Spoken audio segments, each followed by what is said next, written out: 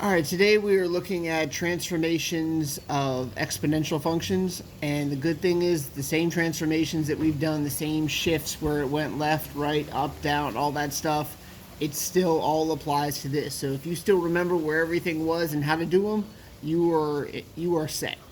What I did is I started off by graphing y equals 2 to the x. That's a basic exponential function. And what I did is I showed where everything came from. When you pick -2, -1, 0, 1, and 2, because remember, you can just pick these at random, but really you need a few negative numbers so you can see the part where it approaches the asymptote, and then a few bigger numbers. But if these numbers start to get too big, remember, this is the column that's going to eventually feed into your exponent. So when these numbers get big, 2 to the 10 is a really big number, and nobody wants to make that graph. And then what I did over here is I showed where I plugged them in and got it. Because 2 to the -2 becomes 1 over 2 to the 2, because that's how we change it to a positive exponent, and then 1/4 is 0.25. So that's where you get everything for your original graph. Then we come over here and we actually look at the graph of it, and you can see where everything came from. Right over here is where it's approaching the x-axis, but never actually hitting it. That's our asymptote. You can see that our y-intercept is 1. And with all these functions, if they haven't been moved, if they haven't been shifted, you're always going to have a y-intercept of 1, because anything to the 0 power is 1. So whatever number you have in this place here, whether it's a 2, whether it's a 0.5, whether it's a 50,000, anything to the 0 power becomes 1. That's why we keep getting that y-intercept of 1. Your domain is going to be all real numbers, because this thing goes from left to right and hits everything. And your range is everything above 0. And notice that there's not a line underneath that, because there's an asymptote here. And maybe I should write this down.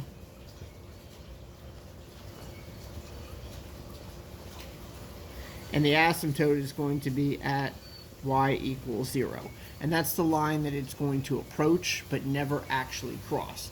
And this is going to be true whenever you have this graph here of y equals 2x.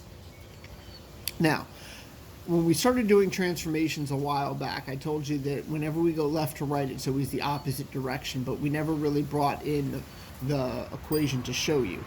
That's where this comes in right here. This is the equation for your transformations. You've got the one up here, which is a -h, and you've got a positive k down here. The number that's inside, or not inside, but up with your exponent, is going to be the left and right motion. The one that's added or subtracted onto the end is going to be the up and down motion. Now, if you notice in the formula, this one is a plus k, meaning whatever number you plug in here, if I plug in a +3, it's going to be plus a +3, which is still positive. It doesn't change the sign. If I plug a negative in, plus a -k, or a -3 we'll use, that's just going to be a -3, and it's, again, not going to change the sign. That's why the up and down, we don't have to switch the sign. But if you look up here in the exponent where we have a negative, that negative, whatever we plug in, if we put a +3 in here, the negative is going to change the sign, making it -3. We actually moved a +3, which would be to the right 3, but the negative looks like it moves to the left. That's why we change the sign of this when we go. So a negative number up here means we're actually moving to the right. A positive number would mean we're actually moving to the left. So let's take a look at what some of these would look like, because it doesn't really change all that much. The reference point that we're going to use on these, the point that we kind of grab and move the whole graph by, is going to be that y-intercept there at 0, 1. So if I give you y equals 2 to the x plus 3, when you look at what's changed from here versus the parent function of y equals 2 to the x, obviously the +3 is what's different. Anything up in the exponent is going to move left to right opposite. So this one would represent the whole graph shifting left 3. Because remember, it goes the opposite of that sign. If we had y equals 2 to the x minus 1, now that minus 1 means we're shifting to the right 1.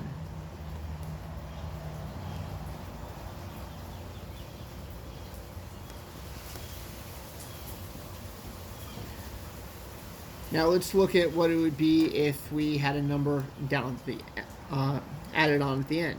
So y equals 2 to the x. I'm going to go back to the original function and add a 2 here.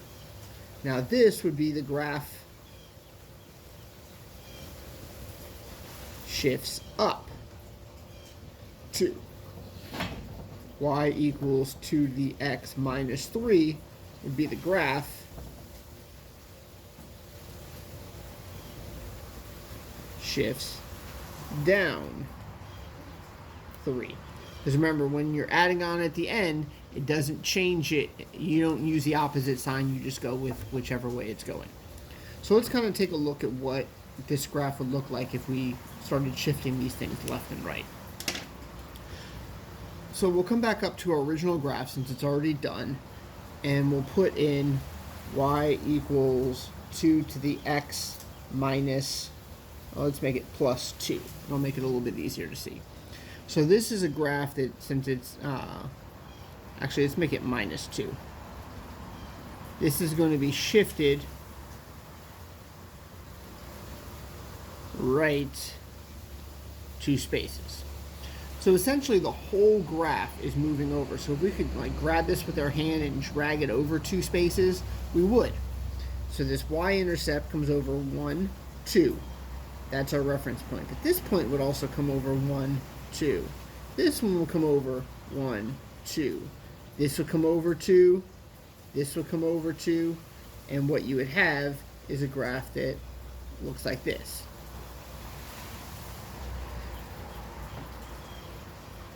And that's just shifted to the right 2.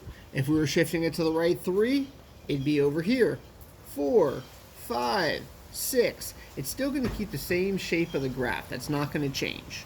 If we're moving to the left, it would just be the graph over here. We'd be taking this orange graph and moving it this way. Now, let's start looking at what changes when we go left to right. When you go left to right, the domain doesn't change. That's going to stay the same. In fact, that's going to stay the same no matter which way you move this graph. The range did not change because we're still not going below this. The asymptote did not change. The y-intercept, however, is no longer at 1. The y-intercept is down here, and that's going to change, and you're going to have to kind of look at whatever you have for each graph, depending on which way it goes. Easiest way to find the y-intercept is to take your equation and plug a 0 in for x, because we know x would be 0. So if we wanted to find the y-intercept in this case, y equals 2 to the 0 minus 2, which is 2 to the negative 2, which is 1 over 4, which makes it 0.25. So that would be your y-intercept. And again, all I'm doing is plugging 0 into x, and that'll always find you your y-intercept. Now, when things go up and down, a few more things will change. Let's take this same graph and use, let me change colors to an orange here. We will go y equals 2 to the x, so there's no left and right motion, and we're going to move it down 3 spaces. That's what that negative 3 is going to be. So looking back to our parent function, because that was the orange one, this intercept is going to come down 1, 2, 3 spaces. It's now here. This is going to come down 3. This is going to come down 3.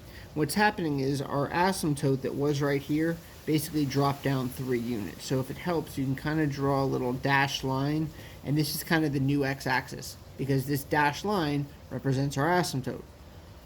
So our graph, actually probably come out this way a little bit more, would look like that.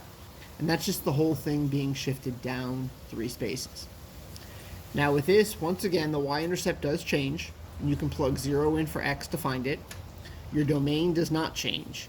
Your range, however, changes, because our range now comes all the way down to this negative 3.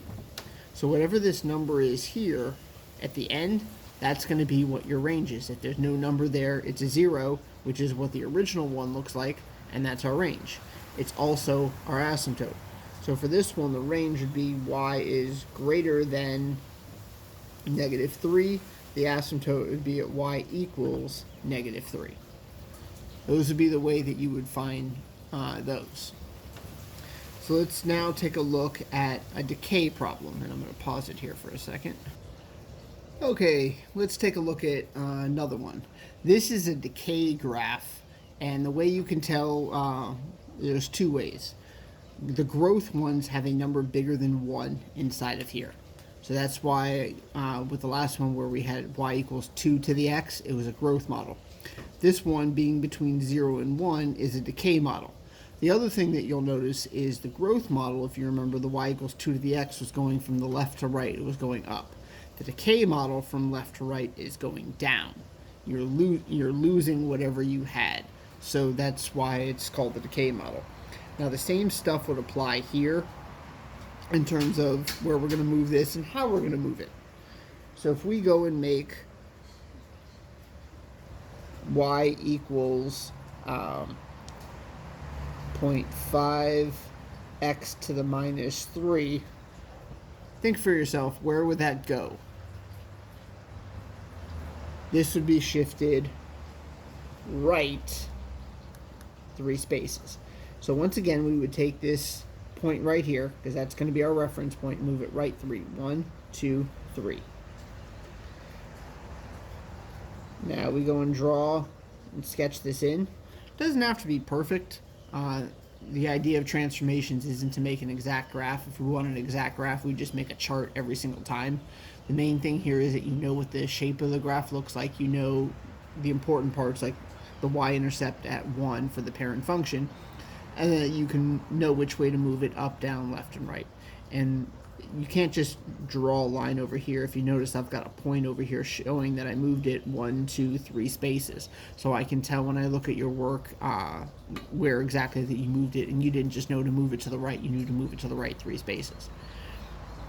Now, let's look at what some of those features that changed. Did our y-intercept change? Oh yeah, it's going to be somewhere over here, and again, you're going to have to plug a 0 in for that. The domain never changes. The range did not change because it didn't go up and down. The asymptote also did not change because it didn't go up and down. If it doesn't move up and down, your range and your asymptote stays the same, and the only thing that would change would be your y-intercept. If it does go up and down, your range, your asymptote, and your y-intercept all is going to change. So now let's take a look at one more. Y equals 0.5 x minus 2 plus 1 will make it. So in this case, we've got both of the transformations that we're dealing with. This negative 2 is going to make it go right 2, and the plus 1 is going to make it go up 1. So the way we're going to want to graph this is, again, take that intercept. We're going to move the intercept as many spaces as we need to move it in both those directions, and then we're going to sketch in our graph. So this one needs to go right 2 and up 1. That y-intercept is now right there. Keep in mind that your asymptote is going to be 1 space below your intercept. So if you're looking at the intercept here, our asymptote is the x-axis. Since we've moved this thing, it's kind of a little hard to tell how far you want to make your graph. Does it go all the way down here? Does it just barely go here? Does it go here and make a hard right? So if you want, you can kind of sketch in your asymptote. If this is up 2, my asymptote's going to be at 1 because it's 1 lower. So now I can go and sketch the graph, and it'll look like that. So if you always just draw a dotted asymptote line, because you want to make sure it's dotted, because that's how we draw asymptotes. We haven't really gotten into that too much this year. It'll come up more in Algebra 2, but that's how you would sketch in an asymptote. It's always going to be 1 below where that intercept is. So if I move this thing up 3, my asymptote would be here. If I moved it up 4, my asymptote would be a 3. Now for this graph here, our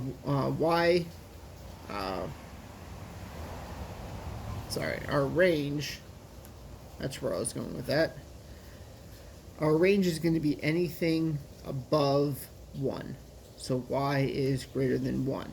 It's also, if you're looking at it, it's essentially going to be the same as this. Your asymptote is going to be at y equals 1 because we moved it up 1. Your domain is going to stay the same, and if we wanted to find the intercept, we'd plug a 0 in for that and solve it that way. So let's kind of go through and figure out how to find and kind of recap all of this stuff. Your y-intercept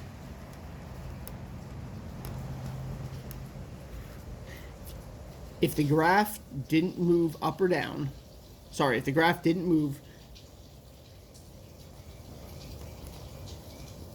which makes it a parent function, it's at y equals 1. If it did move,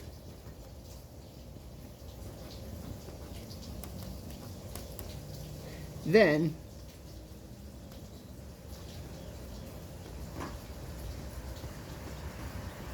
plug 0 into your x and solve it. And that's where you remember your x is going to be your intercept here. For your range,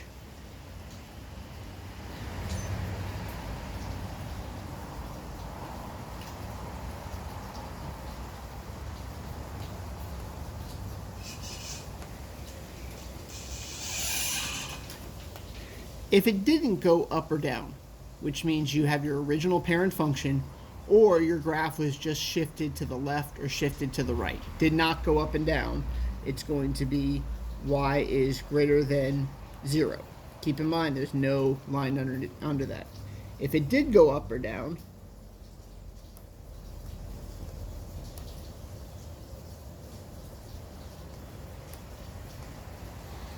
it's going to be y is greater than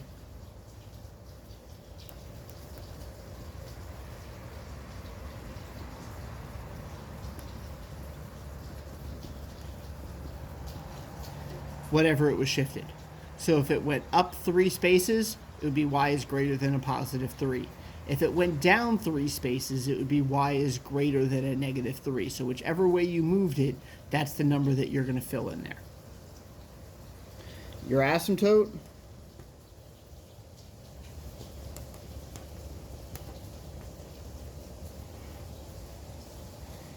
is going to be y equals the range value.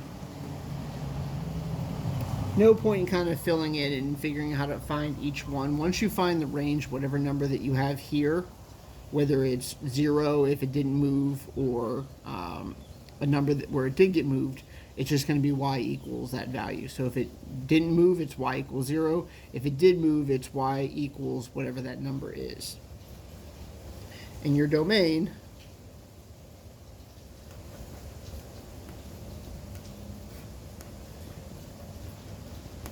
is always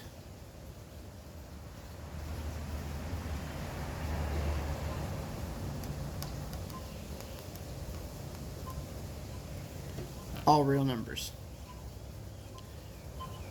So that goes in how to find the stuff. If you're thinking of vertical stretching, vertical compression, reflecting, stuff like that, we're not getting into that in this section. So all you have to worry about is left and right, up and down. That's it. If you have questions, feel free to ask. The test is going to be later this week or into next week. We haven't kind of finalized that yet. I'll come up with a test review when the time comes for it. The section on geometric sequences is not going to be in there. So it's not going to be on the test, so we don't have to cover that. So I pulled the homework out. So if you notice that there's a homework missing because you checked it last night or real early this morning, that's the reason why. I also deleted the video that went with that. So this is the only video that you're going to need. If you have questions, feel free to ask.